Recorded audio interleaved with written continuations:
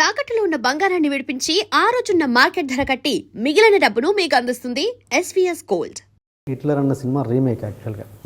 Remake సినిమాకు రాస్తున్నప్పుడు, straight సినిమాకి రాస్తున్నప్పుడు అంటే మీరు మారిస్తే అదొక రిస్కే కదా, డైలాగ్స్ మార్చినా ఏం రాసినా రిస్కే కదా. ఆ చేంజ్ ఏంటి? ఒక మామూలు స్ట్రేట్ సినిమాకి రాయడానికి, రీమేక్ సినిమాకి రాయడానికి యాస్టీస్గా దించేయడం కొంతమంది చేస్తుంటారు, మీరెలా? నా దృష్టిలో అసలు రీమేక్ సినిమాలు చాలా కష్టం. క్రెడిట్ తక్కువ వస్తుంది. నువ్వు ఎంత బాగా రాసినా వాడు ఒరిజినల్ చూడడం, వాడు ఒరిజినల్లో ఉంటుందిలే ఈ డైలాగ్ అనుకుంటాడు. ఎవడు చూపిస్తాడు? రెండు పక్కన వేసి చూడు అందులో ఉందా, నేను రాశాను చూడని ఎవడైనా చూపించగలరా? లేకపోతే ఆ పర్ఫార్మెన్స్ అందులో అలా ఉంది, అంతకంటే బాగా చేశాను చూడని ఎవరు చూపించగలరు? ఎంతమందికి చూపించగలరు?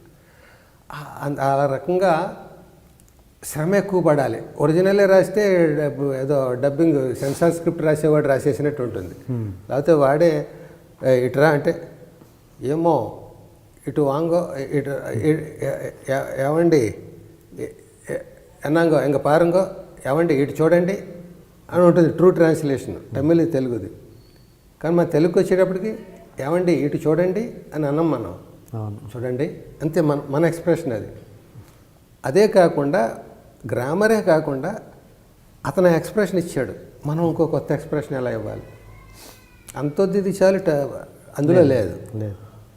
ఉల్లిపాయలు ఇదే ఉల్లిపాయలు ఇంట్లో వాడితే ఎక్కడ మీ కళ్ళల్లో నీళ్ళు వస్తాయి, ఉల్లిపాయలు తరిగితే ఎక్కడ మీ కళ్ళల్లో నీళ్ళు వస్తాయని ఇంట్లో ఉల్లిపాయలే వాడడం మానేసిన వెర్రిబాగులోడే మీ అన్నయ్య. ఇలాంటివి ఎన్నో ఎన్నో ఎన్నో చూసుకుంటే రెండు తెలుస్తుంది. ఎవరు చూస్తారు, ఎవరు చెప్తారు? చూసి నేనే చెప్పుకోవాలి. నేను చెప్పుకోవడం స్వాత్కర్షలా ఉంటుంది, నేను పుడింగిని నేను డిఫరెంట్గా రాశాను అని. మరి చాలా అందులో అలాంటివి ఉంటాయి. లేకపోతే అన్ని రాత్రి నేను రీమేక్ అయిపోయినప్పుడు, ట్రాన్స్లేషన్ అయినప్పుడు 2 గంటల్లో చేసేయచ్చు దాన్ని. నేను రోజుకి 2 సీన్లే రాసి 20 రోజులు 25 రోజులు ఎందుకు తీసుకున్నాను? పామ్ గ్రో హోటల్లో ఎంజాయ్ చేయడానికి నేనేం ఇంకో రకమైన అలవాట్లు లేవు నాకు. టెన్షన్, నాకు రూమ్ బిల్లు పెరుగుతూ ఉంటుంది, ప్రొడ్యూసర్ నా అకౌంట్లో ఇంత ఖర్చు పెట్టేసాను అనుకుంటాడు, నాకు సీన్ కదలట్లేదు, డిఫరెంట్గా రాయాలి, ఈ తపనే సరిపోతుంది. సో చాలా రిస్క్. అదే ఒరిజినల్ అనుకో, మన భావం వచ్చింది రాస్తాం, అది ఎలా ఉంది ఇలా కంపారిజన్ ఉండదు, ఫ్రెష్గా ఉంటుంది. ఇప్పుడు పక్కన పువ్వు పూసేసి పక్క చెట్టు దానికంటే అందమైన పువ్వు పూయాలనుకోవడం ఎంత రిస్క్ అది. అట్లాంటిది అన్నమాట ఇది.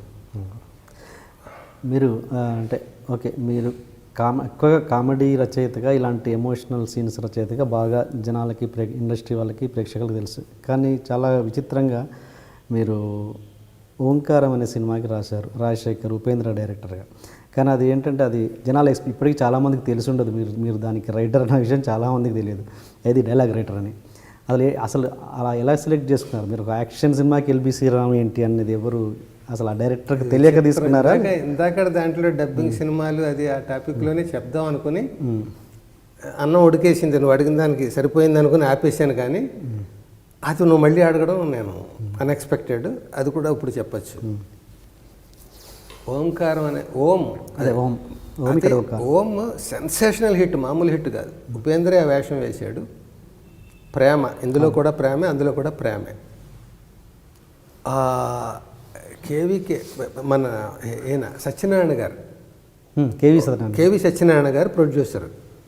ఆయన రాజశేఖర్ గారిని హీరోగా పెట్టుకుని, సేమ్ ఉపేంద్రని హీరోగా కాకుండా డైరెక్టర్గా పెట్టుకుని, అదే ప్రేమను పెట్టుకుని తెలుగులో చేయడానికి మంచి గ్లామరస్ ప్రోడక్ట్గా చేయాలని అనుకుని ఇలా ఒక్కొక్కదాన్ని పెట్టుకుంటూ డైలాగ్ రైటర్గా ఎల్బి శ్రీరాముని పెడదాం మంచి. అప్పటికి నాకు కొంత పేరు తగిలాడింది, పేరుంది, మంచి రైటరు, బాగా తపన పడి రాస్తాడు ఇవన్నీ అనుకుని నన్ను పెట్టారు.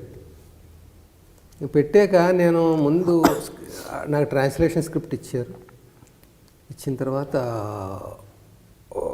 శాంపుల్గా 4 సీన్లు రాసి ఉన్నాను. అప్పటికి ఆయన ఓ రోజు పిలిచాడు ఉపేంద్ర గారు, సార్ శ్రీరామ్ గారు ఎలా రాస్తున్నారు, ఎంతవరకు వచ్చింది ఏంటి?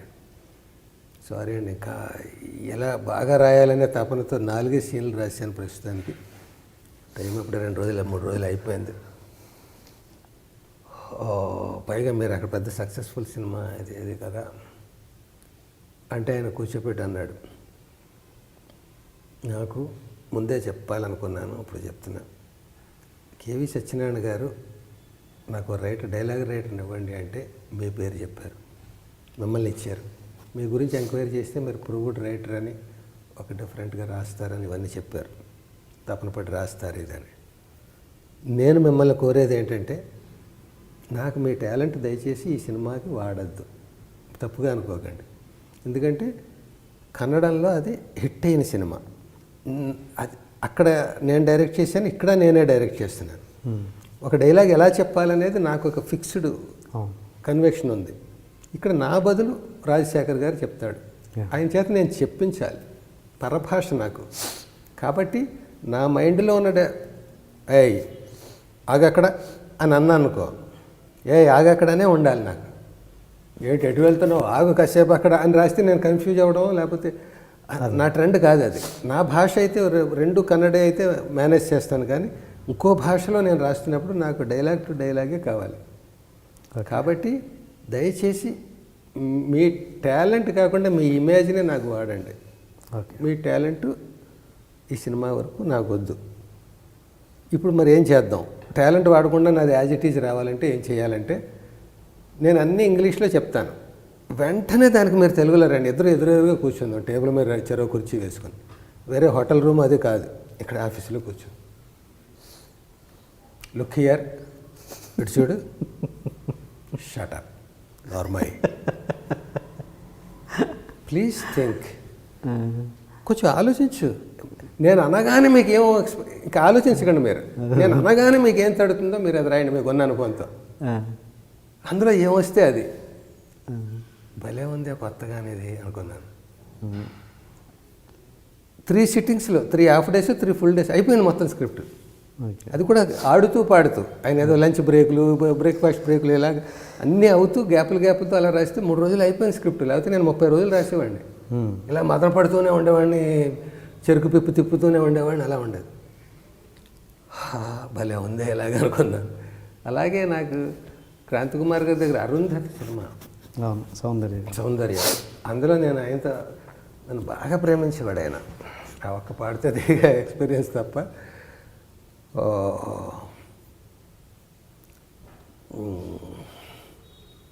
ఆయన దగ్గర అన్నాను నేను, సార్ డైలాగ్స్ ఫ్రేమ్డ్గా కాకుండా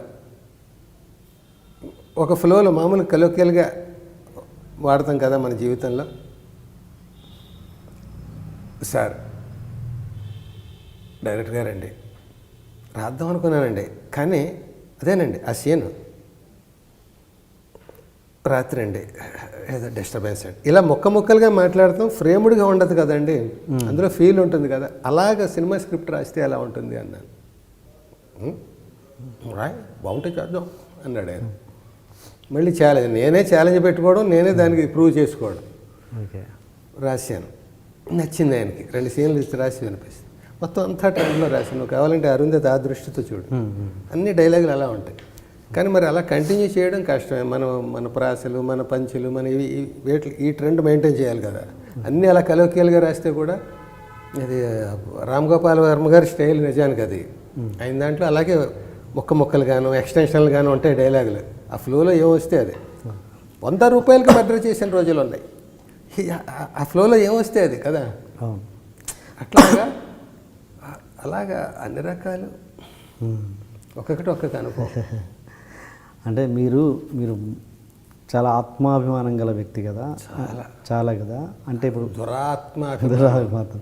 మరి ఉపేంద్ర గారు ఆ మాట అన్నప్పుడు, డైలాగ్ యాక్చువల్గా ట్రాన్స్లేషన్ కావాలి నాకు అన్నప్పుడు, మీరు అప్పుడే అనాలి కదా. మామూలుగా మీ క్యారెక్టర్ ప్రకారం అయితే ట్రాన్స్లేటర్ అయితే నేను ఎందుకండి, అసిస్టెంట్ డైరెక్టర్ని పెడితే చేసుకోవచ్చు కదా అని. చాలా అనాలిసిస్ ఉంది ఆయన దగ్గర.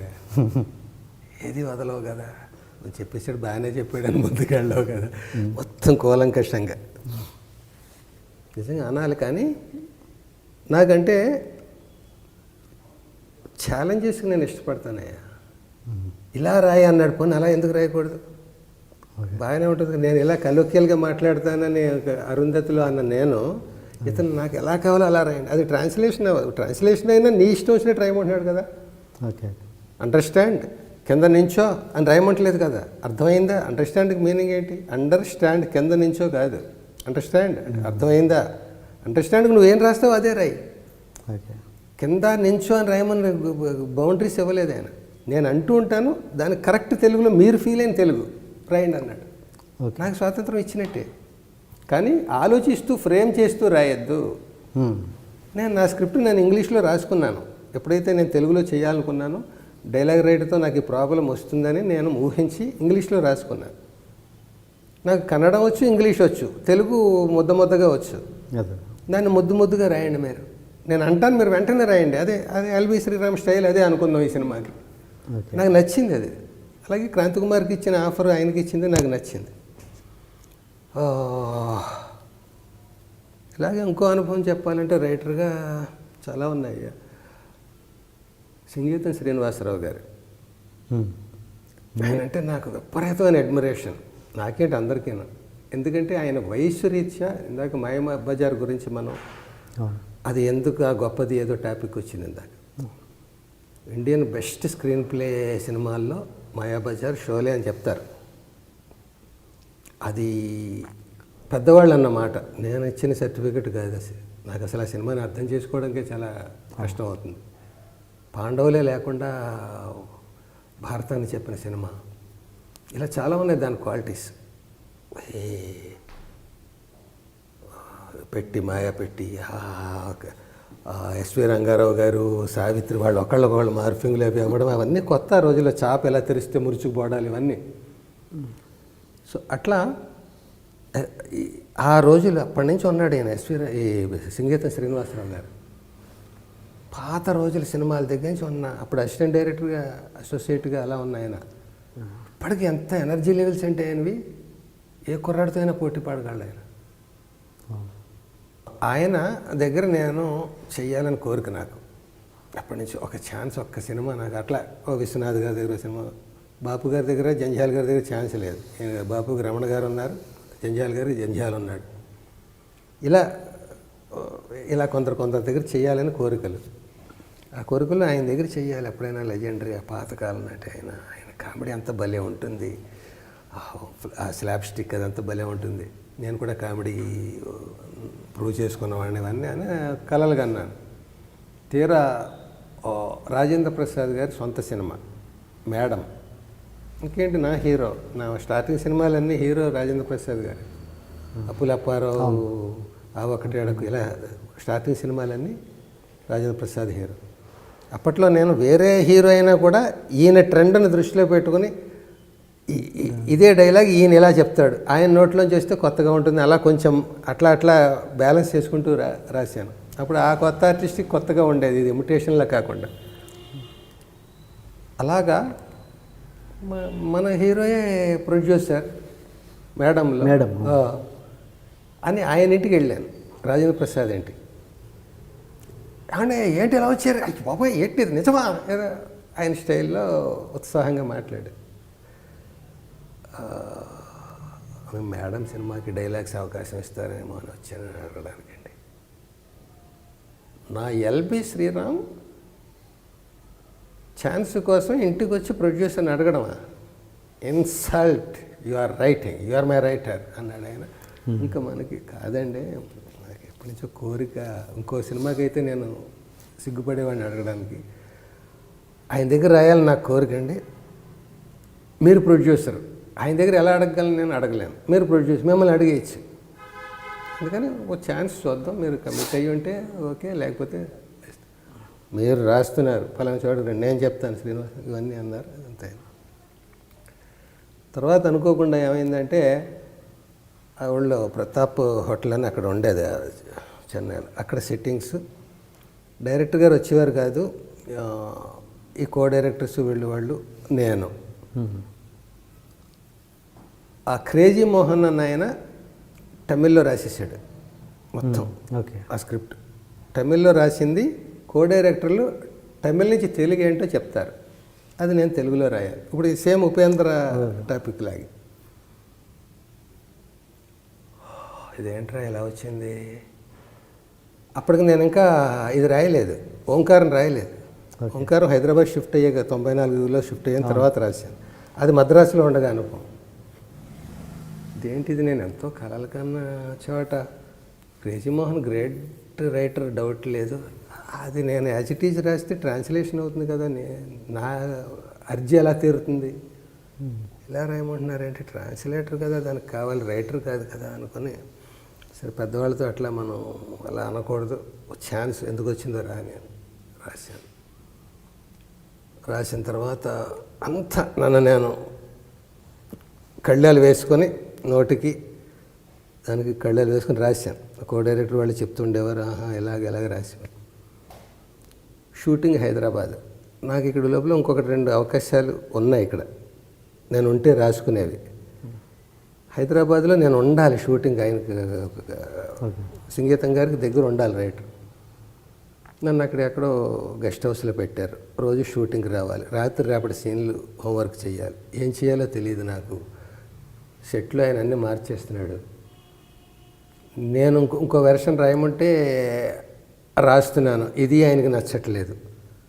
ఆయనకేం కావాలో నాకు తెలియట్లేదు, నేను రాసింది ఆయనకి నచ్చట్లేదు. అదేమో ట్రాన్స్లేషన్ చేశాను ఆ ఊళ్ళో, నేను చేస్తున్న మెట్లు దిగి చేసిన పనులు ఇవన్నీ. ఇక్కడికి వచ్చాను, ఆ మద్రాసులో ఉంటే 1-2 ఛాన్సులు ఉన్నాయి నాకు, అవి వదులుకుని ఇక్కడికి వచ్చాను. ఈ గెస్ట్ హౌస్లో పడేశారు. షూటింగ్కి వెళ్తున్నాను, గెస్ట్ హౌస్లో ఉంటున్నాను. నా ఊరే హైదరాబాద్, కానీ పరాయి దేశంలో ఉన్నట్టు ఉంది నాకు. వాళ్ళందరూ షూటింగ్కి వెళ్ళి నేను రూమ్లో ఇచ్చాను. అదే తృప్తి లేదు, కొట్టలేదు, ఇలా వచ్చింది ఏంటి అని అనుకుని చూశాను. సెట్కి వెళ్తుంటే అక్కడ నేను రాస్తూనే ఉండట్లేదు, ఇంకోటేవో ఉంటున్నాయి. ఓ రోజు కూర్చొని చెప్పాను, సార్ నేను ఎంతో కలలు కన్నానండి మీ దగ్గర రాయాలని. నేను జనరల్గా అడగడానికి సిగ్గుపడతాను ఎవరిని అడిగినా, చిన్నవాళ్ళైనా పెద్దవాళ్ళైనా కూడా. మీ దగ్గర మాత్రం అడగాలి, లేకపోతే అవకాశం రాదని ప్రొడ్యూసర్ ద్వారా వచ్చానండి. నన్ను ట్రాన్స్లేట్ చేయమన్నారు సార్ క్రేజీ మోహన్ గారి స్క్రిప్ట్ని. నేను గోస్ట్ వర్క్స్ ట్రాన్స్లేషన్స్ అట్లాగా చేయడానికి నేను ఎందుకు సార్, ఎందుకంటే నేను కొన్ని ఆశయాలతో వచ్చాను. నేను పుడింగి నేను కాదు, తపన పడే ఇది ఉంది నా దగ్గర. నాకు మంచి